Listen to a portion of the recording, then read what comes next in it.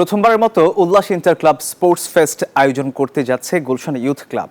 এ উপলক্ষে রাজধানীর গুলশানে সংবাদ সম্মেলন করে ক্লাবটি।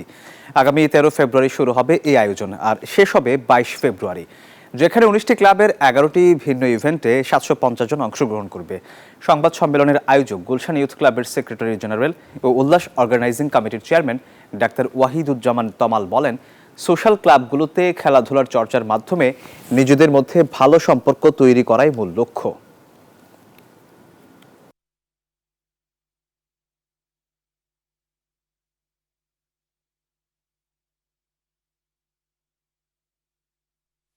ন্যাশনাল লেভেলে খেলছে, যে স্প্যানিশ প্লেয়ার যারা ন্যাশনাল লেভেলে এখন খেলছে, আপনার গুলশান ক্লাবেরও প্লেয়ার আছে, যে Shashi is playing in the national, এবং এছাড়াও গুলশান ইউথ ক্লাবের প্লেয়াররা আছে যারা এই সমস্ত চর্চার জন্য কিন্তু বের হয়ে আসছে।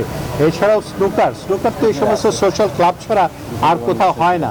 এই ন্যাশনালে খেলতে গেলে, ইন্টারন্যাশনালে খেলতে গেলে এই ধরনের ক্লাবের যে প্ল্যাটফর্ম আছে সেখান থেকে এই প্লেয়ারগুলো বের হয়ে আসবে।